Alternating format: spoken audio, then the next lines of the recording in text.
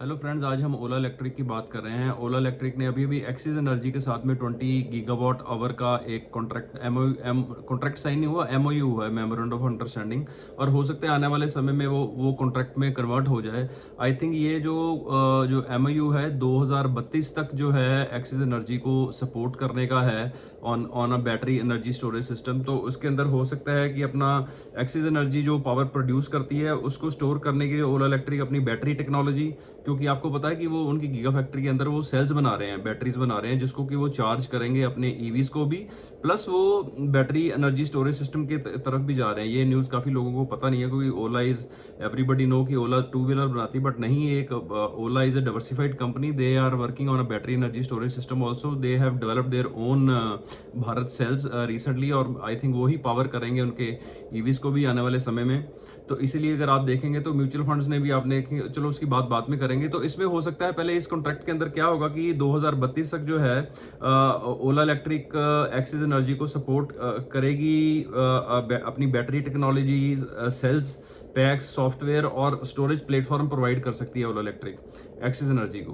तो ये एक डिफरेंट वर्टिकल है ओला का, आप कह सकते हैं। और बैटरी एनर्जी स्टोरेज सिस्टम जो है, यू मस्ट अंडरस्टैंड कि ये एक मैंडेटरी हो गया है सारी रिन्यूएबल सोलर विंड वाली कंपनियों के लिए कि उनको बेस्ट लगाना ही लगाना है साथ में। क्यों? क्योंकि जो जितने भी एनटीपीसी ग्रीन एनर्जी, इनके जो नए कॉन्ट्रैक्ट्स आ रहे हैं, या Adani green energy, they are telling the contractors to install a solar plant and then वो हाइब्रिड मोड में उनको दें, जिसके अंदर की सोलर से आप बिजली प्रोड्यूस करेंगे दिन में, रात में तो सोलर चलेगा नहीं। तो दिन में सारी की सारी जो सोलर एनर्जी वो कंज्यूम नहीं होती, जो बाकी जो बचेगी उसको एनर्जी स्टोरेज करेंगे बैटरीज के अंदर। तो वो बैटरी का जो पूरा फ्रेमवर्क है वो सप्लाई करेगा अपना ओला इलेक्ट्रिक।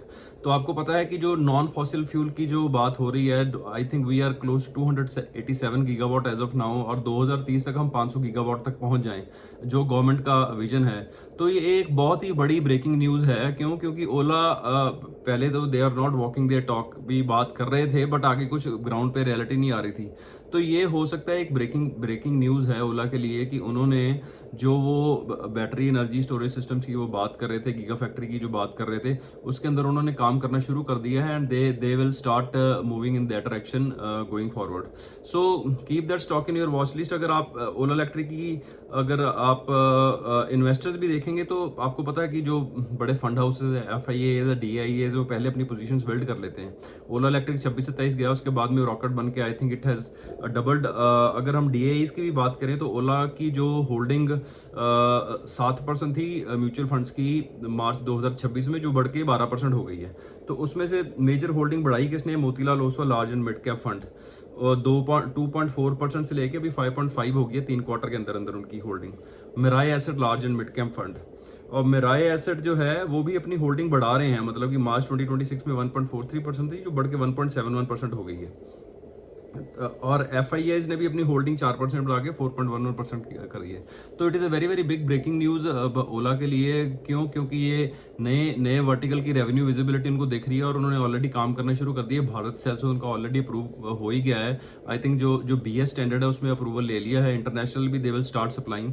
तो होगा क्या कि जो भारत सेल जो ओला बना रही है, they might be start providing to Ather और other companies who are into EVs, plus they will start the battery packs actually, जो सप्लाई करेंगे स्टोरेज के लिए, बैटरी एनर्जी स्टोरेज सिस्टम। तो ये दोनों चीजें हैं very very critical and very good for Ola. Keep the stock in your watch list. This is our view and knowledge what we are sharing. It is not any buying and selling recommendation. For any buying and selling you can contact your SEBI registered advisor. Thank you very much.